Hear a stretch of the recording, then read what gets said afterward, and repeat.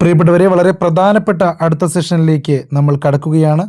India, അതായത് ഭാരതം, നമ്മുടെ രാജ്യത്തിൻ്റെ വളർച്ച, ഭരണം, വ്യക്തിത്വം എന്നീ വിഷയങ്ങളെക്കുറിച്ചാണ് നമ്മൾ സംസാരിക്കാൻ പോകുന്നത്. അതിനായി ലോക്സഭാംഗമായ ഡോക്ടർ ശശി തരൂരിനെ വേദിയിലേക്ക് ക്ഷണിക്കുന്നു. ഒപ്പം ലോക്സഭാംഗമായ തേജസ്വി സൂര്യയെയും വേദിയിലേക്ക് ക്ഷണിക്കുകയാണ്.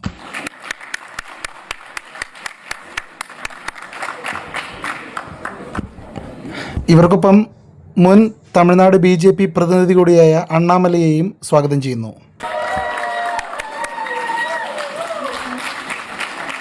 കൂടാതെ ഈ പാനലിൻ്റെ മോഡറേറ്ററായി പ്രവർത്തിക്കാൻ പോകുന്ന നമ്മുടെ സംയുക്ത ശ്രീവാസ്തവയെയും ക്ഷണിക്കുകയാണ്. ഇനി വേദി നിങ്ങളുടേതാണ്.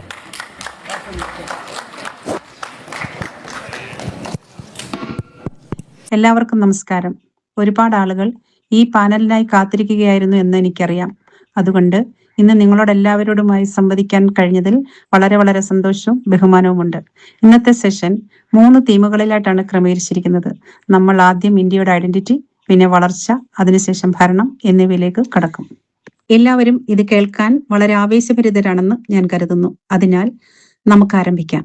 നമ്മൾ ഇന്ത്യയുടെ രാഷ്ട്രീയത്തിൽ വളരെ സങ്കീർണമായ ഒരു കാലഘട്ടത്തിലൂടെയാണ് കടന്നുപോയത്. വിവിധ സംസ്ഥാനങ്ങളിൽ വളരെ കൗതുകമുണർത്തുന്ന ഒരു കൂട്ടം തിരഞ്ഞെടുപ്പുകൾ നമ്മൾ കണ്ടു. മണ്ഡല പുനർനിർണയത്തെ ചൊല്ലി സംവാദങ്ങൾ നടന്നിട്ടുണ്ട്. അതിനാൽ എന്റെ ആദ്യത്തെ ചോദ്യം ഐഡന്റിറ്റിയെ കുറിച്ചുള്ളതാണ്. ശശിജി, നിങ്ങൾ ഈ അടുത്ത കാലത്ത് കേരള സ്റ്റോറി സംബന്ധമായ യഥാർത്ഥ കേരള സ്റ്റോറിയെ കുറിച്ച് ഒരു പോസ്റ്റ് പങ്കുവച്ചിരുന്നു. അത് നെഹ്റുവിയൻ മതേതരത്വത്തിൽ അധിഷ്ഠിതമാണെന്നാണ് നിങ്ങൾ പറയുന്നത്. എന്നാൽ തേജസ്വിജിയും അണ്ണാമലജിയും പലപ്പോഴും ഈ വീക്ഷണത്തെ വിമർശിച്ചിട്ടുണ്ട്. അണ്ണാമലജി, നിങ്ങൾ ഭാഷാ രാഷ്ട്രീയത്തെക്കുറിച്ചുള്ള നിങ്ങളുടെ വിമർശനങ്ങളിൽ, പ്രത്യേകിച്ച് തമിഴ്നാട്ടിലെ രാഷ്ട്രീയത്തെക്കുറിച്ച് വളരെ വാചാലനായിരുന്നു. അതുകൊണ്ട് ഈ വ്യത്യസ്ത ഐഡന്റിറ്റികൾ പരസ്പര സംഘർഷത്തിൽ വരുമ്പോൾ ഇന്ത്യ ഒന്നിപ്പിച്ചു നിർത്താൻ നിങ്ങൾ 3 പേരും ഏത് തത്വങ്ങളാണ് മുൻഗണന നൽകുന്നത്? ഈ ദേശീയ ഐക്യം നിലനിർത്താൻ നിങ്ങൾ എന്തൊക്കെ വിട്ടുവീഴ്ചകൾ ചെയ്യാൻ തയ്യാറായേക്കാം എന്നതാണ് എന്റെ ചോദ്യം. നമുക്ക് ശശിജിയിൽ നിന്ന് ആരംഭിച്ച് പിന്നീട് തേജസ്വിജിയിലേക്കും അണ്ണാമലജിയിലേക്കും പോകാം. ശരി, ഇപ്പോൾ ഏതെങ്കിലും തരത്തിലുള്ള വിട്ടുവീഴ്ച ആവശ്യമാണെന്ന് എനിക്ക് തോന്നുന്നില്ല. അതിനർത്ഥം കഴിഞ്ഞ 2 സഹസ്രാബ്ദങ്ങളായി കേരളത്തിൽ നമുക്ക് തെളിയിക്കാൻ കഴിഞ്ഞത് ഇതിൻ്റെ ഫോർമുല വളരെ ലളിതമായി ഒന്നിച്ച് ജീവിക്കുക എന്നതും ഓരോരുത്തരെയും അവർ ആരാണോ അങ്ങനെ തന്നെ അംഗീകരിക്കുക എന്നതുമാണ്. ഇത് തന്നെയാണ് സ്വാമി വിവേകാനന്ദൻ വളരെ ഫലപ്രദമായി പ്രസംഗിച്ച ഫോർമുലയും. നമ്മൾ വെറും സഹിഷ്ണുതയെക്കുറിച്ചല്ല, മറിച്ച് അംഗീകാരത്തെക്കുറിച്ചാണ് പഠിപ്പിച്ചത് എന്ന് അദ്ദേഹം പറഞ്ഞപ്പോൾ ആ വ്യത്യാസം വളരെ വളരെ പ്രധാനപ്പെട്ടതാണെന്ന് ഞാൻ കരുതുന്നു. ഒരാളെ അവരായി തന്നെ അംഗീകരിച്ചുകൊണ്ട് പോകുക എന്നതാണ് കേരളത്തിൻ്റെ രീതി. അവിടെ ജാതി മത രാഷ്ട്രീയ ഭേദങ്ങൾ അതിലൊരു തടസ്സമായി വരുന്നില്ല. കാരണം സഹിഷ്ണുത എന്നത് അടിസ്ഥാനപരമായി അല്പം മേലാള ഭാവമുള്ള ഒരു ആശയമാണ്. അത് പറയുന്നത് പോലെ തോന്നും, എൻ്റെ പക്കൽ സത്യമുണ്ട്, നിങ്ങൾ തെറ്റിലാണ്, എങ്കിലും നിങ്ങളുടെ തെറ്റായ വഴിയിൽ ജീവിക്കാൻ ഞാൻ നിങ്ങളെ ഉദാരമായി അനുവദിക്കുന്നു എന്നൊക്കെ പറയുന്ന തരത്തിലുള്ള സഹിഷ്ണുത എന്നത് ഏകദേശം ഒരു മേലാള ഭാവമുള്ള ഒരാശയമാണ്. എന്നാൽ വിവേകാനന്ദൻ പഠിപ്പിച്ച ആക്സെപ്റ്റൻസ് അഥവാ അംഗീകാരം എന്നത് അടിസ്ഥാനപരമായി പറയുന്നത്, എനിക്കൊരു സത്യമുണ്ടെന്ന് ഞാൻ വിശ്വസിക്കുന്നു, നിങ്ങൾക്ക് ഒരു സത്യമുണ്ടെന്ന് നിങ്ങളും വിശ്വസിക്കുന്നു, ഞാൻ നിങ്ങളുടെ സത്യത്തെ ബഹുമാനിക്കാം, ദയവായി എൻ്റെ സത്യത്തെ നിങ്ങളും ബഹുമാനിക്കൂ. അതാണ് അനാദികാലം മുതൽ നമ്മൾ കേരളത്തിൽ പ്രാവർത്തികമാക്കിയ ഏറ്റവും മികച്ച ഫോർമുലകളിലൊന്ന്. ഞാനും അങ്ങനെ തന്നെയാണ് വിശ്വസിക്കുന്നത്. ഉദാഹരണത്തിന്, ലോകത്തെങ്ങുമുള്ള ജൂത ഡയസ്പോറകളിൽ, യഹൂദ പ്രവാസികളിൽ, പ്രാദേശിക ജനസംഖ്യയിൽ നിന്ന് ഒരിക്കൽ പോലും വിരുദ്ധമായ പീഡനം നേരിടേണ്ടി വന്നിട്ടില്ലാത്ത ഒരേ ഒരു കൂട്ടർ ഇന്ത്യയിലേക്ക് വന്നവരാണെന്നത് വളരെ കൗതുകകരമാണ്. ഇവിടെയും കഥ ആക്സെപ്റ്റൻസിൻ്റേതായിരുന്നു, അംഗീകാരത്തിൻ്റേതായിരുന്നു. അതുപോലെ തന്നെ ക്രിസ്ത്യാനികൾ, അതായത് ക്രിസ്തുവിന് തൊട്ടു പിന്നാലെ വിശുദ്ധ തോമസ് വന്നപ്പോൾ അദ്ദേഹം, ഞാൻ കരുതുന്നു ക്രിസ്തുവിൻ്റെ ശിഷ്യന്മാരിൽ ഒരാളാണെന്ന്, അദ്ദേഹത്തെയും കേരളത്തിൽ സ്വീകരിക്കുകയുണ്ടായി. തമിഴ്നാട്ടിൽ വെച്ചാണ് അദ്ദേഹം കൊല്ലപ്പെട്ടതെന്ന് ഞാൻ സമ്മതിക്കുന്നുണ്ട്. പക്ഷേ അത് മറ്റൊരു കഥയാണ്. എന്തായാലും ആ ഒരു സമയത്ത് IPS പൊസിഷനിൽ അണ്ണാമലൈ തമിഴ്നാട്ടിൽ ഉണ്ടായിരുന്നില്ല എന്നത് വളരെ വ്യക്തമാണ്. പിന്നെ അതിനുശേഷം ഇസ്ലാം കേരളത്തിലേക്ക് വന്നത് ഉത്തരേന്ത്യക്കാർക്ക് ചരിത്രപരമായി ഉള്ളതുപോലെയുള്ള വാൾ കൾച്ചറിൻ്റെ ഭാഗമായിക്കൊണ്ടല്ല. പ്രവാചകന് 1000 വർഷങ്ങൾക്ക് മുമ്പ് തന്നെ അറബികൾ ഞങ്ങളുമായി കച്ചവടത്തിന് വരുമായിരുന്നു. അറബിക്കടലിന് കുറുകെ കാറ്റ് അനുകൂലമാവുമ്പോൾ അവർ കേരളത്തിൽ വരും. ഇവിടെയുള്ളവരെ വിവാഹം വരെ കഴിച്ചിട്ടുണ്ട്. ഇവിടെ കച്ചവടം നടത്തും. കാറ്റ് മാറുമ്പോൾ അവർ തിരികെ പോകും. ഇത് അക്ഷരാർത്ഥത്തിൽ നൂറ്റാണ്ടുകളോളം തുടർന്ന ഒരു കാര്യമാണ്. അങ്ങനെ ആളുകൾക്ക് പരസ്പരം പരിചയമുണ്ടായിരുന്നു. അവർ അങ്ങനെ പരസ്പരം വന്നും പോയുമൊക്കെ കണ്ട് പരിചയിച്ച് ശീലിച്ചവരായിരുന്നു. അവർ ഇസ്ലാമിൻ്റെ ഒരു വാർത്ത തന്നെ ഒരു വിവരം പറയുന്ന ലാഘവത്തോടെയാണ് ഇവിടെ കൊണ്ടുവന്നത്. ഒരു ഇൻഫർമേഷൻ എന്നുള്ള നിലയിൽ ഞങ്ങളുടെ രാജാക്കന്മാരിൽ ഒരാളായ ചേരമാൻ പെരുമാൾ ഈ പ്രവാചകനെക്കുറിച്ച് കേട്ട് വളരെ ആകൃഷ്ടനാവുകയും പ്രവാചകനെ നേരിൽ കാണാനായി അറേബ്യൻ ഉപദ്വീപിലേക്ക് ഒരു കപ്പൽപ്പട തന്നെ സംഘടിപ്പിക്കുകയും ചെയ്തിരുന്നു. മിക്ക കപ്പലുകൾക്കും അവിടെ എത്താൻ കഴിഞ്ഞില്ല. അവ മാലിദ്വീപിലോ ലക്ഷദ്വീപിലോ മറ്റോ കുടുങ്ങിപ്പോയി. പക്ഷേ അദ്ദേഹം അവിടെ എത്തി എന്നാണ് പറയപ്പെടുന്നത്. അദ്ദേഹത്തിൻ്റെ സന്ദർശനത്തിൻ്റെ ദൃശ്യപരമായ തെളിവുകളിൽ ഒന്നായി കണക്കാക്കാവുന്നത് ഇന്നും ഒമാനിലെ സലാലയ്ക്ക് തെക്ക് ഭാഗത്ത് കേരളത്തിലെ തെങ്ങുകൾ വളരുന്നുണ്ട്. അവ അറേബ്യൻ ഉപദ്വീപിലെ തദ്ദേശീയ സസ്യം പോലുമല്ല, അത് കേരളത്തിൻ്റെയാണ്. ഇതിൻ്റെ എല്ലാം ഫലം ആളുകൾ അടിസ്ഥാനപരമായി ഒന്നിച്ച് ജീവിക്കാൻ പഠിച്ചു എന്നുള്ളതാണ്. ഇപ്പോൾ ഉദാഹരണത്തിന് AD 700-ലോ 712-ലോ Muhammad bin Qasem Sid ആക്രമിച്ച അതേ സമയത്ത് തന്നെ കേരളത്തിലെ മുസ്ലിം സമുദായത്തിന് പ്രാർത്ഥിക്കാൻ ഒരു സ്ഥലം ആവശ്യമായി വന്നപ്പോൾ അവർ സാമൂതിരിയുടെ അടുത്ത് പോയി. സാമൂതിരി പറഞ്ഞു, ശരി, അവിടെ ഉപയോഗശൂന്യമായ ഒരു ക്ഷേത്രമുണ്ട്, അത് നിങ്ങൾ എടുത്തോളൂ എന്ന്. അങ്ങനെ ഇന്നും അറബ് ലോകത്തിന് പുറത്തുള്ള ഏറ്റവും പഴയ പള്ളി കേരളത്തിലെ കൊടുങ്ങല്ലൂരിലാണ് സ്ഥിതി ചെയ്യുന്നത്. അത് പലതവണ പുനരുദ്ധാരണങ്ങൾക്ക് വിധേയമായിട്ടുണ്ട് എങ്കിൽ കൂടിയും ഇപ്പോഴും അതിൻ്റെ അവശേഷിപ്പുകൾ കാണാം. അതുകൊണ്ട് AD 700-ൽ അത് എങ്ങനെയായിരുന്നുവോ അങ്ങനെ ആയിരിക്കില്ല ഇന്ന് കാണപ്പെടുന്നത് എങ്കിൽ കൂടിയും ആ പള്ളിയുടെ പ്രവേശന കവാടത്തിൽ ഇന്നും ഒരു ഭീമാകാരമായ പരമ്പരാഗത കേരള നിലവിളക്കുണ്ട്. അപ്പോൾ ഇതൊക്കെയാണ് വഴികൾ. ഇത്തരത്തിലാണ് വളരെ കാലമായി കേരളത്തിൽ സമുദായങ്ങൾ ഒന്നിച്ച് ജീവിച്ചു സാഹോദര്യത്തോടെ ഇപ്പോൾ മുന്നോട്ട് പോകുന്നത്. ഈ കാര്യത്തിൽ യാതൊരുവിധ വിട്ടുവീഴ്ചയ്ക്കും ഞാൻ തയ്യാറല്ല എന്ന് അടിയുറച്ച് പറയുകയാണ്. ഞാൻ അങ്ങനെ തന്നെയാണ് വിശ്വസിക്കുന്നത്. ഈ സാഹോദര്യമാണ് നമ്മുടെ കെട്ടുറപ്പ്. അപ്പോൾ എന്താണ് ശരിക്കും തത്വങ്ങൾ? വളരെ ലളിതമായി പറഞ്ഞാൽ സഹവർത്തിത്വം, കോ എക്സിസ്റ്റൻസ്. എൻ്റെ BJP സുഹൃത്തുക്കളോട് ഞാൻ പലപ്പോഴും പറയാറുള്ള യുക്തി ഇതുതന്നെയാണ്. നമ്മുടെ രാജ്യത്തെ 200 മില്യൺ 20 കോടി ജനങ്ങളെ നിങ്ങൾ എന്തിനാണ് അന്യവൽക്കരിക്കുകയും ആക്ഷേപിക്കുകയും അവഹേളിക്കുകയും ചെയ്യുന്നത്? എനിക്ക് മനസ്സിലാകുന്നില്ല. കാരണം നിങ്ങളുടെ വികാരങ്ങൾ എന്തായാലും അല്ലെങ്കിൽ നിങ്ങളുടെ ന്യായീകരണങ്ങൾ എന്തായാലും അത് വിവേകശൂന്യമാണ്. കാരണം അവരിൽ 1% ആളുകൾക്ക് തങ്ങൾ അന്യവൽക്കരിക്കപ്പെടുന്നുവെന്നും ഈ സമൂഹത്തിൽ തങ്ങൾക്ക് ഇനി യാതൊരു പങ്കുമില്ലെന്നും തോന്നിയാൽ തന്നെ മതി. വെറും 1% മാത്രം. നിങ്ങളുടെ രാജ്യം ഭരിക്കാൻ പോലും കഴിയാത്ത അവസ്ഥയിലാകും. വെറും 1%-ന് അങ്ങനെ തോന്നിയാൽ മതി. അതുകൊണ്ട് നിങ്ങൾ ശരിക്കും ഇത് ചെയ്യണോ എന്ന് വീണ്ടും വീണ്ടും പുനർചിന്തനം ചെയ്യണം. ഇത് വളരെ വിഡ്ഢിത്തമാണ്. അന്യവൽക്കരിക്കുന്നതിനേക്കാൾ കെട്ടിപ്പിടിക്കുന്നതാണ് നല്ലത്. ഭിന്നിപ്പിക്കുന്നതിനേക്കാൾ ഒന്നിപ്പിക്കുന്നതാണ് നല്ലത്. അത് ഒരു തത്വം കൂടിയാണ്. അതിൽ ഒരു വിട്ടുവീഴ്ചയ്ക്ക് യാതൊരുവിധ സ്ഥാനവുമില്ല. ഇതാണ് എൻ്റെ നിലപാട്.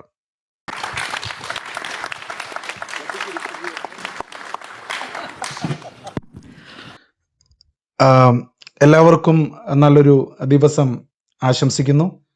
ശശിജിയുടെ ഈ ദാർശനികമായ നിലപാടുകളിൽ ഞങ്ങൾക്ക് വിയോജിക്കാൻ ഒന്നും തന്നെയില്ല. യഥാർത്ഥത്തിൽ ഇത് തന്നെയാണ് ഈ രാജ്യത്തിൻ്റെ സഹജമായ സാംസ്കാരികവും നാഗരികവുമായ കരുത്ത്. നിങ്ങൾ ചരിത്രപരമായി നൽകിയ ഉദാഹരണങ്ങൾ എപ്പോഴും നമ്മൾ ഹിന്ദുധർമ്മം എന്ന് വിളിക്കുന്നതിൻ്റെ അടിസ്ഥാന നാഗരിക ചൈതന്യത്തെയാണ് പ്രകടിപ്പിക്കുന്നത്. രാഷ്ട്രീയപരമായി വിയോജിപ്പ് ഉണ്ടാകുന്നത് എപ്പോഴാണെന്നാൽ ഭരണകൂടം ചില വിഭാഗങ്ങളെ വ്യക്തികളായി കാണാതെ ഒരു പ്രത്യേക സമുദായത്തിൻ്റെ അല്ലെങ്കിൽ മതത്തിൻ്റെ അടിസ്ഥാനത്തിൽ പ്രത്യേക പരിഗണനകൾ നൽകാൻ ആരംഭിക്കുമ്പോഴാണ്. അത് ഭരണഘടനയും വിലക്കുന്ന ഒന്നാണ്. ഈ അടുത്ത കാലത്ത് കർണാടക സർക്കാർ ഒരു പദ്ധതി പ്രഖ്യാപിക്കുകയുണ്ടായി. അത് ചില പ്രത്യേക പ്രദേശങ്ങളുടെ വികസനത്തിന് ഫണ്ട് നൽകാൻ ആഗ്രഹിക്കുകയും ന്യൂനപക്ഷ കോളനികൾക്കായി ഒരു പ്രത്യേക ബജറ്റ് മാറ്റിവെക്കുകയും ചെയ്തു. ഇത് നമ്മളോട് വളരെ അടിസ്ഥാനപരമായ ഒരു ചോദ്യം ചോദിക്കാനായി പ്രേരിപ്പിക്കുന്ന ഒരു കർത്തവ്യമാണ്. എന്താണ് ഈ ന്യൂനപക്ഷ കോളനികൾ എന്ന ആശയം? എന്താണ് ന്യൂനപക്ഷ കോളനികൾ? 1947 രാജ്യം മതത്തിൻ്റെ അടിസ്ഥാനത്തിൽ വിഭജിക്കപ്പെടുകയും അതിനുശേഷം ഭൂരിപക്ഷമെന്നോ ന്യൂനപക്ഷമെന്നോ ഉള്ള അടിസ്ഥാനത്തിൽ യാതൊരു വിവേചനവും പാടില്ല എന്ന് നമ്മൾ തീരുമാനിക്കുകയും ചെയ്തതാണെങ്കിൽ പിന്നെ ഭൂമിയിൽ ഈ ന്യൂനപക്ഷ കോളനി വികസന ഫണ്ട് എന്നത് എന്തിനാണ്? ഇത് ഭരണകൂടം തന്നെ ഖെട്ടോവൽക്കരണത്തെ, അതായത് ഖെട്ടോയസേഷൻ എന്ന് വിളിക്കുന്ന ആ ഒരു പ്രക്രിയയെ പ്രോത്സാഹിപ്പിക്കുന്നതിന് തുല്യമല്ലേ? മതത്തിൻ്റെ അടിസ്ഥാനത്തിൽ ഒരു പ്രത്യേക സമുദായത്തെ അന്യവൽക്കരിക്കുന്നതിന് ഭരണകൂടം സ്പോൺസർ ചെയ്യുകയല്ലേ ഇവിടെ? ഇതാണ് ഭാരതീയ ജനതാ പാർട്ടിയും യഥാർത്ഥ അർത്ഥത്തിലുള്ള മതേതരവാദികളും അല്ലെങ്കിൽ ഭരണഘടനാവാദികളും എതിർക്കുന്നത്. നിങ്ങൾ ഇത്തരത്തിലുള്ള നയങ്ങൾക്ക് എന്തെങ്കിലും തരത്തിലുള്ള എതിർപ്പ് പ്രകടിപ്പിച്ചാൽ നിർഭാഗ്യവശാൽ ഇന്ത്യയിലെ രാഷ്ട്രീയ സംഭാഷണങ്ങളുടെ സ്വഭാവം എത്രത്തോളം വികലമായിട്ടുണ്ടെന്നാൽ ഭരണഘടനാപരമായ സമത്വത്തിനായി ആവശ്യപ്പെടുന്നവരെ വർഗീയവാദികളായി മുദ്രകുത്തുകയാണ്. ഇവിടെയാണ് ഞങ്ങൾക്ക് അടിസ്ഥാനപരമായ ഒരു പ്രശ്നമുള്ളത്. അതിനാൽ ഇപ്പോൾ നേരത്തെ ശശിജി പറഞ്ഞ കാര്യങ്ങളിൽ ഏതെങ്കിലും ഒരു കാര്യത്തോട് യോജിപ്പുള്ളത് അതിൻ്റെ ഒരു ദാർശനിക തലത്തിൽ, ആ ദാർശനിക തലത്തിൽ ചിന്തിച്ചാൽ എതിർക്കാൻ ഒന്നുമില്ല. അത് ഞാൻ ആവർത്തിക്കുകയാണ്. കാരണം ശശിജി പറഞ്ഞത് വിവേകാനന്ദന്റെ നിലപാടാണ്. അത് തന്നെയാണ് ഭാരതീയ ജനതാ പാർട്ടിയുടെയും നിലപാട്. സ്വാമി വിവേകാനന്ദന്റെ ജന്മസ്ഥലത്ത് അദ്ദേഹത്തിന്റെ സ്വന്തം തത്വങ്ങൾ പുനഃസ്ഥാപിക്കാൻ കഴിഞ്ഞ 12 വർഷമായി വളരെയധികം പരിശ്രമിക്കേണ്ടി വന്നിട്ടുണ്ട്. ബംഗാൾ തിരഞ്ഞെടുപ്പ് ഫലങ്ങൾക്ക് ശേഷം ഒടുവിൽ ഇതേ അടിസ്ഥാന തത്വത്തിന്റെ പുനരുജ്ജീവനം നമ്മൾ കാണുന്നുണ്ട്. ഞാനൊരു കാര്യം കൂടി കൂട്ടിച്ചേർക്കാൻ ആഗ്രഹിക്കുന്നു. ചില സമുദായങ്ങൾക്കുള്ള സാമൂഹികവും സാമ്പത്തികവുമായ പിന്നോക്കാവസ്ഥയുടെ അടിസ്ഥാനത്തിലുള്ള വിവേചനങ്ങൾ ഒഴികെ ഇന്ത്യയുടെ ഭരണഘടന മതത്തിൻ്റെ അടിസ്ഥാനത്തിലുള്ള വേർതിരിവുകൾ അനുവദിക്കുന്നില്ല. ഒരു മുൻ പ്രധാനമന്ത്രി രാജ്യത്തിൻ്റെ വിഭവങ്ങളിൽ ആദ്യത്തെ അവകാശം ഒരു പ്രത്യേക സമുദായത്തിനാണെന്ന് അവരുടെ മതത്തിൻ്റെ അടിസ്ഥാനത്തിൽ പറഞ്ഞപ്പോൾ അത് അടിസ്ഥാനപരമായ ഒരു പ്രശ്നം തന്നെയാണ്. ഞങ്ങൾ ചോദിക്കുന്നത് ഇത്രമാത്രമാണ്: എല്ലാ ഇന്ത്യൻ പൗരന്മാരെയും വ്യക്തികളായി കാണുക, അവരെ സമുദായ കൂട്ടായ്മകളുടെ അടിസ്ഥാനത്തിൽ വേർതിരിച്ച് കാണരുത്. ഇപ്പോൾ തേജസ്വി പറഞ്ഞ കാര്യങ്ങളിൽ കുറച്ച് വ്യക്തത എനിക്ക് വരുത്തേണ്ടതുണ്ട്. കാരണം ആ മുൻ പ്രധാനമന്ത്രിയെ എനിക്ക് വ്യക്തിപരമായി അറിയാം. അദ്ദേഹം വളരെ മികച്ചൊരു മനുഷ്യനാണ്. അദ്ദേഹം ചൂണ്ടിക്കാണിച്ച ആ കാര്യം എന്തെന്നാൽ ഈ പ്രത്യേക ന്യൂനപക്ഷം ആനുപാതികമല്ലാത്ത അവസ്ഥയിലാണ് എന്നതാണ്. ഇപ്പോൾ ഇന്ത്യയിലെ മറ്റെല്ലാ സമുദായങ്ങളെയും എടുത്തു നോക്കിയാൽ നമുക്ക് വിശാലമായി 1% സമ്പന്നരും പിന്നെ മധ്യവർഗക്കാരും അത് കഴിഞ്ഞ് പാവപ്പെട്ടവരും ഒക്കെ എല്ലായിടത്തും ഉണ്ട്. വിദ്യാഭ്യാസവും അതുപോലെ തന്നെയാണ്. എന്നാൽ ഇന്ത്യയിലെ മുസ്ലിം സമുദായത്തിന് വിഭജനത്തിൻ്റെ ഫലമായി വലിയൊരു വിഭാഗം മധ്യവർഗക്കാരെയും സമ്പന്നരെയും പാകിസ്ഥാനിലേക്ക് പോയതിൻ്റെ ഒരു പാരമ്പര്യം കൂടിയുണ്ട്. അവർ ആനുപാതികമല്ലാത്ത വിധം പാവപ്പെട്ടവരും വിദ്യാഭ്യാസമില്ലാത്തവരും ആവശ്യത്തിന് പ്രാതിനിധ്യമില്ലാത്തവരുമായിട്ടാണ് ഇവിടെ നമ്മുടെ ഇന്ത്യയിൽ അവശേഷിച്ചത്. അതുകൊണ്ട് തന്നെ ഇന്ത്യയുടെ പല ഭാഗങ്ങളിലും, പ്രത്യേകിച്ച് നോർത്ത് ഇന്ത്യയിൽ മുസ്ലിം ജനസംഖ്യ ഭൂരിഭാഗവും ദരിദ്രരാണ്. പക്ഷേ നമ്മുടെ സൗത്ത് ഇന്ത്യൻ ഭാഗങ്ങളിൽ അത് അത്രത്തോളം ശരിയല്ലായിരിക്കാം. പക്ഷേ ഉത്തരേന്ത്യയിൽ ഇത് യഥാർത്ഥത്തിൽ സത്യമാണ്. അവിടെയുള്ള ജനസംഖ്യയും അവരുടെ സാമ്പത്തിക സ്ഥിതിയും പരിശോധിച്ചാൽ അവർക്ക് പ്രത്യേകം ആനുകൂല്യം കൊടുക്കേണ്ട ഒരു സാഹചര്യമാണ് അവിടെയുള്ളത്. അതുകൊണ്ട് തന്നെയാണ് മുൻ പ്രധാനമന്ത്രി അങ്ങനെ പറഞ്ഞത്. അതല്ലാതെ ഒരു പ്രത്യേക പരിഗണന നൽകി എന്തോ ഒരു അജണ്ട നടപ്പിലാക്കാൻ വേണ്ടിയല്ല എന്നതുകൂടി മനസ്സിലാക്കേണ്ടതുണ്ട്. ശശിജി തികച്ചും ശരിയാണ്. പക്ഷേ ആരാണ് 65 വർഷമായി ഇന്ത്യ ഭരിച്ചിരുന്നത്? ഇതേ മതേതര ചാമ്പ്യന്മാരല്ലേ? ഈ മതേതര ചാമ്പ്യന്മാർ കാരണമുണ്ടായ കാര്യങ്ങൾ തന്നെയാണ് നിങ്ങളുടെ കോൺഗ്രസിന്റെ റിപ്പോർട്ട് കാർഡ്. ഇപ്പോ ശശിജി പറഞ്ഞ വാദങ്ങൾ മുസ്ലിം വിഭാഗത്തിന് അവരുടെ ദാരിദ്ര്യ നിർമാർജനത്തിന് അങ്ങനെ ഇങ്ങനെ എന്നൊക്കെ പറഞ്ഞു. ഇതിനൊക്കെ കാരണക്കാർ കൂടിയല്ലേ ഈ 65 വർഷമായി ഭരിച്ചവർ. അതുകൊണ്ട് എനിക്ക് തോന്നുന്നത് ഭരണഘടനാപരമായി ചിന്തിച്ചാൽ ഞാൻ ശശിജി പറഞ്ഞ വാദങ്ങളെ പ്രായോഗിക രാഷ്ട്രീയ തലത്തിൽ പിന്തുണയ്ക്കുന്നില്ല. പക്ഷേ ഹിന്ദുധർമ്മത്തിന്റെ അടിസ്ഥാനത്തിൽ പറഞ്ഞ കാര്യങ്ങളിൽ മതിപ്പുണ്ട്. അതുകൊണ്ട് ഞങ്ങളുടേത് ഭരണഘടന സ്ഥാപിച്ച സൃഷ്ടാക്കളുടെ നയങ്ങളുമായി ഒത്തുപോകുന്ന നിലപാടാണെന്ന് മാത്രം പറഞ്ഞുകൊള്ളുന്നു. നന്ദി. അണ്ണാമലൈജി, എന്താണ് ഇതിനെക്കുറിച്ച് നിങ്ങളുടെ ചിന്തകൾ? ദയവായി തമിഴ്നാട് രാഷ്ട്രീയത്തെക്കുറിച്ചും സംസാരിക്കണം. കാരണം ഞങ്ങളുടെ കമന്റുകളിൽ തമിഴ്നാടിനെ കുറിച്ച് കേൾക്കാൻ ആഗ്രഹിക്കുന്ന ഒരുപാട് ആളുകളുണ്ട്. നമുക്കെല്ലാവർക്കും അറിയാം മഹാനായ ശശി തരൂർജി വളരെ പണ്ഡിതനായ ഒരു രാഷ്ട്രീയക്കാരനാണെന്ന്. അതിലൊരു സംശയവുമില്ല. അദ്ദേഹം ഈ സ്റ്റാൻഫോർഡ് വേദിയിൽ ഒരു വിവാദമുണ്ടാക്കാൻ ശ്രമിക്കുകയാണ്. കേരളത്തിലെ കോൺഗ്രസിൽ മുഖ്യമന്ത്രി തിരഞ്ഞെടുപ്പുമായി ബന്ധപ്പെട്ട് ആശയക്കുഴപ്പങ്ങളെല്ലാം ഉണ്ടായത് നമുക്കറിയാം. 60കളിലും 70കളിലും 80കളിലും 90കളിലും നമ്മുടെ രാജ്യത്ത് എന്താണ് സംഭവിച്ചത്? അത് 2000-ൽ തൊഴിലിന്റെ കാര്യത്തിലായാലും ഹിജാബിന്റെ കാര്യത്തിലായാലും മറ്റെന്തിലായാലും അത് പ്രകടമായി തന്നെ നമുക്ക് മനസ്സിലാകും. ഇപ്പോൾ അതിന്റെ എല്ലാ കുറ്റവും വളരെ വൈകി എല്ലാ ഉത്തരേന്ത്യൻ സംസ്ഥാനങ്ങളിലും രാജ്യത്തിന്റെ വിവിധ ഭാഗങ്ങളിലും അധികാരത്തിൽ വന്ന BJP സർക്കാരിന്റെ മേൽ ചുമത്തുന്നത് എൻ്റെ വ്യക്തിപരമായ അഭിപ്രായത്തിൽ അനീതിയാണ്. നിങ്ങൾ എന്നോട് ചോദിച്ചാൽ ദക്ഷിണേന്ത്യൻ സംസ്ഥാനങ്ങൾ രാജ്യത്തിന്റെ മറ്റൊരു ഭാഗമാണെന്ന് കോൺഗ്രസ് ഇടയ്ക്ക് പറയാറുണ്ട്.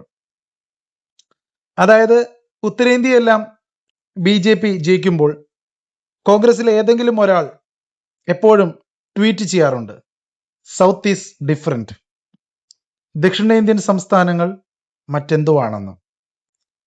ഓരോ തവണ കോൺഗ്രസ് ദക്ഷിണേന്ത്യയിൽ ഒരു സംസ്ഥാനം ജയിക്കുമ്പോഴും ഒരു കോൺഗ്രസ് MP ഉടൻ തന്നെ ട്വീറ്റ് ചെയ്യും, സൗത്ത് ഇന്ത്യ വ്യത്യസ്തമാണ്, തമിഴ്നാട് വ്യത്യസ്തമാണ്, കർണാടക വ്യത്യസ്തമാണ്, തെലങ്കാന വ്യത്യസ്തമാണ് എന്ന്. ശശി തരൂർജി വളരെ അടുത്ത സുഹൃത്തായിട്ടുള്ള തമിഴ്നാട്ടിലെ കോൺഗ്രസ് MP-മാർ ഒന്ന് മനസ്സിലാക്കണം. കഴിഞ്ഞ കുറെ വർഷങ്ങളായി തമിഴ്നാട്ടിൽ DMK എന്ന് പറയുന്ന ഒരു പാർട്ടിയും അതോട് ചേർന്നുമാണ് കോൺഗ്രസ് മുന്നോട്ട് പോയിരുന്നത്. DMK പറയുന്ന ഭാഷയായിരുന്നു കോൺഗ്രസും പറഞ്ഞുകൊണ്ടിരുന്നത്. പക്ഷെ ഒറ്റ രാത്രി കൊണ്ട് അവർ വിജയുടെ ഭാഗത്തേക്ക് മാറി. നടൻ വിജയ് വിജയിച്ചപ്പോൾ ഒരു രാത്രി കൊണ്ട് 24 മണിക്കൂറിനുള്ളിൽ അവർ നിറം മാറി. ഓന്തുകൾ പോലും ഇത്രയും വേഗത്തിൽ നിറം മാറില്ല. 24 മണിക്കൂറിനുള്ളിൽ നിറം മാറി. ഇപ്പോൾ അവർ DMK-യിൽ നിന്ന് മാറി നിൽക്കാൻ ആഗ്രഹിക്കുന്നു. ഇത് വ്യക്തമാക്കുന്നത് കോൺഗ്രസ് ഒരു നിലപാടും ഇല്ലാത്ത ഒരു പാർട്ടിയാണ് എന്നതാണ്. അതെപ്പോഴും അധികാരത്തിലുള്ള ഒരു പ്രാദേശിക പാർട്ടിയുടെ പുറത്തു കയറി യാത്ര ചെയ്യാൻ ആഗ്രഹിക്കുന്ന ഒരു പാർട്ടിയാണ്. ആ പ്രാദേശിക പാർട്ടിയുടെ ഈണത്തിനനുസരിച്ച് മാറുന്നു, അവരുടെ ഭാഷ സംസാരിക്കുന്നു. ഇന്ത്യ ഒരൊറ്റ രാജ്യമാണെന്ന വസ്തുത ഇവിടെ ആരും തർക്കിക്കുന്നില്ല. മതത്തിന്റെ പേരിൽ ജനങ്ങളെ ഭിന്നിപ്പിക്കണമെന്ന് ഇവിടെ ആരും തർക്കിക്കുകയുമില്ല. ആരും തന്നെ അതിൽ ഒരു വിരുദ്ധ അഭിപ്രായം ഉണ്ടാകില്ല.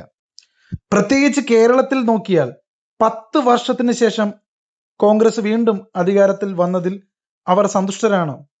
കഴിഞ്ഞ 10 വർഷമായി അവർ എന്താണ് അവിടെ ചെയ്തുകൊണ്ടിരുന്നത്?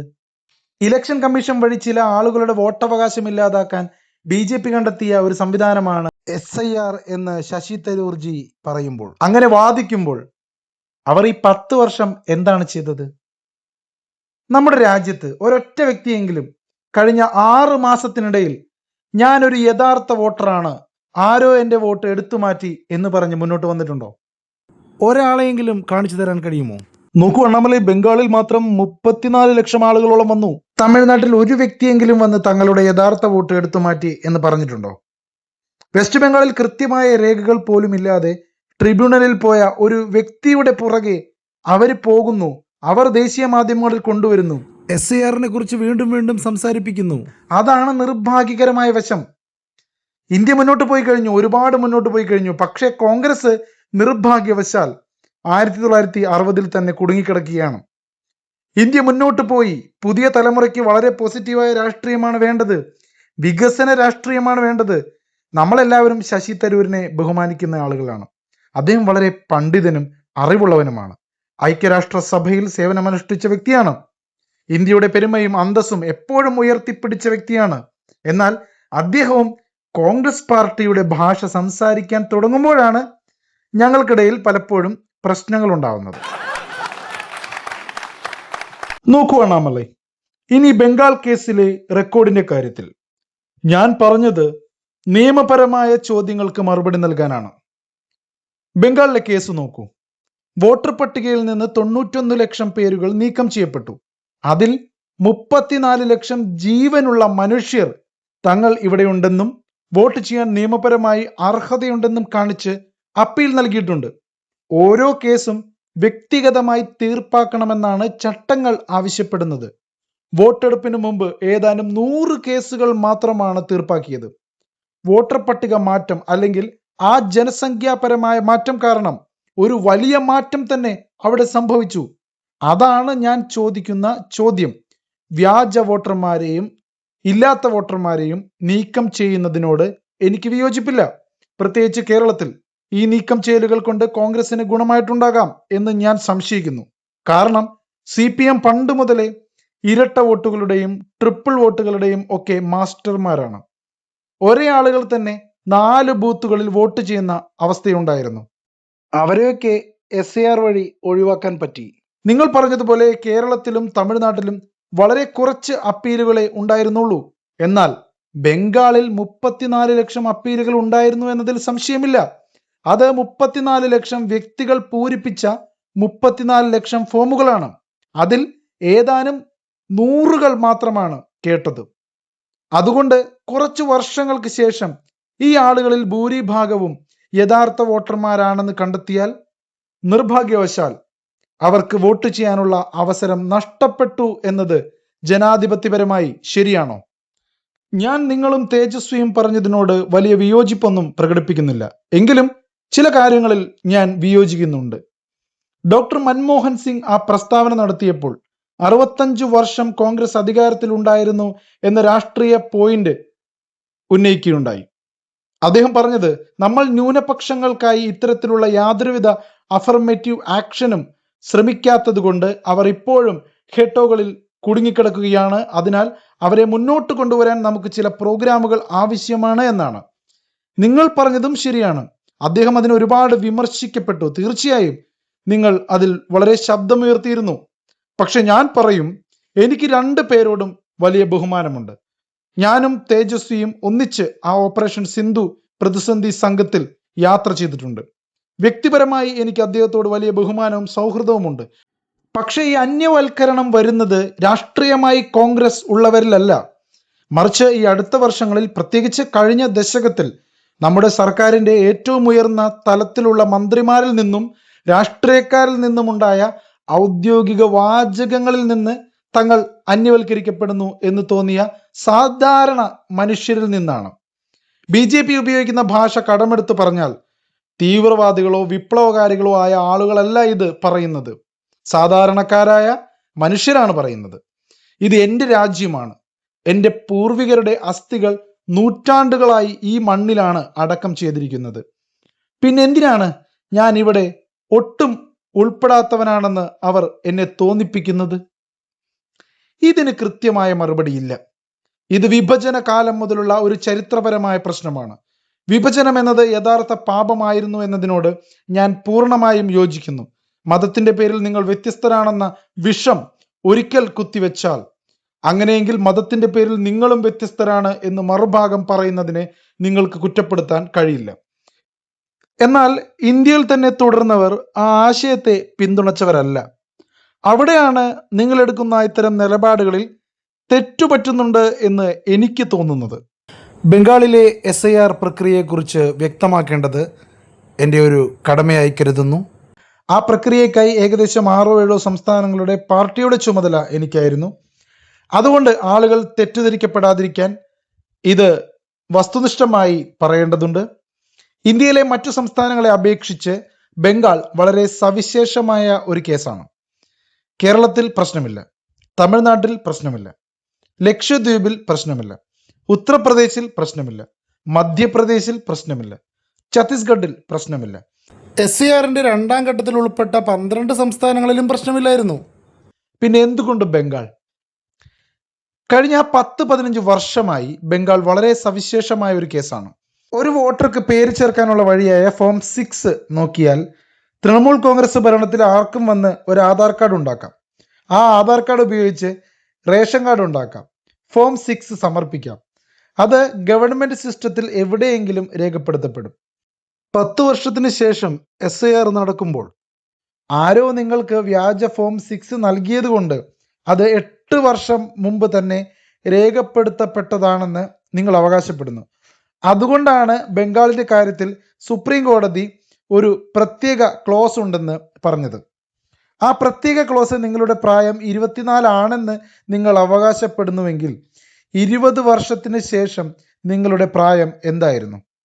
ദയവായി നിങ്ങളുടെ മാതാപിതാക്കൾ ഇവിടെ ഉണ്ടായിരുന്നുവെന്നോ നിങ്ങളുടെ മുത്തശ്ശന്മാർ ഇവിടെ ഉണ്ടായിരുന്നുവെന്നോ തെളിയിക്കുക.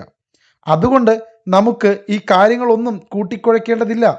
ബംഗാളിൽ നടന്നത് സുപ്രീം കോടതിയുടെ മേൽനോട്ടത്തിലുള്ള SIR പ്രക്രിയയാണ്. അതിന് ആവശ്യത്തിന് സമയം കൊടുത്തിട്ടുള്ളതുമാണ്. നോക്കൂ, ശശി തരൂർ ജിക്ക് അദ്ദേഹത്തിൻ്റെതായ അഭിപ്രായം സ്വതന്ത്രമായി ഉണ്ടാകാനും അത് പറയാനുമുള്ള സ്വാതന്ത്ര്യമുണ്ട്. എന്നാൽ ഇത് ഇലക്ഷൻ കമ്മീഷൻ ഓഫ് ഇന്ത്യ നടത്തിയ വളരെ സുതാര്യമായ ഒരു പ്രക്രിയയാണെന്ന് ഞങ്ങൾ വിശ്വസിക്കുന്നു. പക്ഷെ നിങ്ങൾ ആദ്യം ചോദിച്ച ഞാൻ മറുപടി നൽകാൻ വിട്ടുപോയ തമിഴ്നാടിൻ്റെ കാര്യത്തിലേക്ക് വന്നാൽ, തമിഴ്നാട്ടിൽ സംഭവിച്ചത് ഒരു ബ്ലാക്ക് സ്വാൻ ഇവന്റ് ആണ്. അതങ്ങനെ സംഭവിച്ചു. ഒരു തരത്തിൽ അത് നല്ലൊരു കാര്യമാണ്. കാരണം ഒരു കുത്തക തകർക്കാൻ അത് കാരണമായി. ഇവിടെയുള്ള സ്റ്റാർട്ടപ്പുകളെ പോലെ തന്നെ സിസ്റ്റത്തിന്റെ ഒരു തകർച്ച ഏതെങ്കിലും ഒരു ഘട്ടത്തിൽ സംഭവിക്കേണ്ടത് അനിവാര്യമാണ്. സിസ്റ്റം വളരെയധികം ഓവർലോഡ് ചെയ്യപ്പെട്ടിരുന്നു.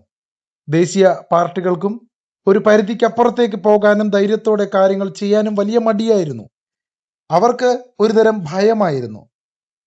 കാരണം മുകളിൽ ഭാരം വളരെ കൂടുതലായിരുന്നല്ലോ. ദ്രാവിഡ രാഷ്ട്രീയ പാർട്ടികളും ഭാഷാ മോഡലുമൊക്കെ ഒരു വിലങ്ങ് തടിയായി ഉണ്ടായിരുന്നു. ദേശീയ പാർട്ടികളും ഇതായിരിക്കും വഴി എന്ന് കരുതി ഭയപ്പെട്ടു. കാരണം നിങ്ങൾ സാധാരണ വഴിയിൽ നിന്ന് മാറാൻ ആഗ്രഹിക്കുമ്പോൾ നിങ്ങളുടെ കൂടെയുള്ള പ്രാദേശിക പങ്കാളികൾ നിങ്ങൾ തെറ്റായ വഴിയാണ് തിരഞ്ഞെടുക്കുന്നത് എന്ന് കരുതി. തമിഴ്നാട്ടിൽ ഇപ്പോൾ വിജയുടെ ആ ഒരു അത്യുജ്വല വിജയം അത് സംഭവിച്ചത് വളരെ നല്ലൊരു കാര്യമാണെന്നാണ് ഞാൻ വിശ്വസിക്കുന്നത്. ഒരു തകർച്ച, ഒരു ബ്ലാക്ക് സ്വാൻ ഇവന്റ് അടുത്ത ഒരു 5-10 വർഷത്തിനുള്ളിൽ ഇനി കാര്യങ്ങളെല്ലാം വൃത്തിയാക്കാൻ നമ്മളും അവിടെ ഉണ്ടല്ലോ. ആ ഒരു ക്ലിയറൻസ് നടക്കേണ്ടതുണ്ട്. നമ്മളെല്ലാവരും അതിന് ഒത്തൊരുമിച്ച് നിൽക്കും. അതുകൊണ്ട് അതൊരു വലിയ കാര്യമല്ല. ഞാൻ ആദ്യ ദിവസം മുതൽ ഇതിനെ സ്വാഗതം ചെയ്യുന്ന ഒരാളാണ്. അതുകൊണ്ട് വിജയ് സർക്കാരിൻ്റെ TVK സർക്കാരിൻ്റെ വിജയം വളരെ അനിവാര്യമായ ഒരു കാര്യം തന്നെയാണ് എന്ന് ഞാൻ വിശ്വസിക്കുന്നു. സംഭവിച്ചത് നല്ലൊരു കാര്യമാണ്. പക്ഷേ അത് ശരിയായ കാര്യമാണോ എന്നത് 5 വർഷത്തിന് ശേഷം മാത്രമേ നമുക്ക് പറയാൻ കഴിയൂ. കാരണം ഒരുപാട് വാഗ്ദാനങ്ങൾ പറഞ്ഞിട്ടുണ്ട്. ആ വാഗ്ദാനങ്ങളെല്ലാം പാലിക്കാൻ കഴിയുമോ എന്നത് 5 വർഷത്തിന് ശേഷം നമുക്ക് പറയാൻ കഴിയും. എന്നാൽ വളരെ പക്വതയുള്ള സ്ഥാപിത രാഷ്ട്രീയ പാർട്ടികൾക്ക് ഉള്ളിൽ ചെന്ന് ക്ലിയറൻസ് നടത്താൻ സാധിക്കും എന്നത് തികച്ചും ഒരു പ്രധാനപ്പെട്ട തിരിച്ചറിവാണ്. 5 വർഷത്തിന് ശേഷം എന്താണ് സംഭവിക്കാൻ പോകുന്നത് എന്ന് നോക്കാം. SIRമായി ബന്ധപ്പെട്ട് എനിക്ക് ഒരു കാര്യം കൂടി കൂട്ടിച്ചേർക്കാനുണ്ട്. തിരഞ്ഞെടുപ്പ് നടന്ന 5 സംസ്ഥാനങ്ങളിലും ഈ SIR പ്രക്രിയ ഉണ്ടായിരുന്നു. കോൺഗ്രസ് പാർട്ടിയുടെ തന്നെ സമ്മതപ്രകാരം ബംഗാൾ ഒഴികെ പശ്ചിമ ബംഗാളിൽ നേരിട്ടതുപോലെയുള്ള വൻതോതിലുള്ള അപ്പീലുകൾ മറ്റൊരിടത്തും ഉണ്ടായിട്ടില്ല. എന്തുകൊണ്ട് ഈ പശ്ചിമ ബംഗാളിൽ മാത്രം ഇത് സംഭവിച്ചു? ഇന്ത്യയിലെ പൗരന്മാരല്ലാത്തവരെ രാജ്യത്തിന്റെ വോട്ടർ പട്ടികയിൽ ഉൾപ്പെടുത്തി വോട്ട് ബാങ്കുകൾ സൃഷ്ടിക്കാനും വളർത്താനും കഴിഞ്ഞ കുറച്ച് ദശകങ്ങളായി അവിടെ ആസൂത്രിതമായ ശ്രമം നടക്കുന്നുണ്ട്. ഞാൻ പശ്ചിമ ബംഗാളിലെ അതിർത്തി പ്രദേശങ്ങളിൽ ഏകദേശം 2 ആഴ്ചയോളം പ്രചാരണത്തിലായിരുന്നു.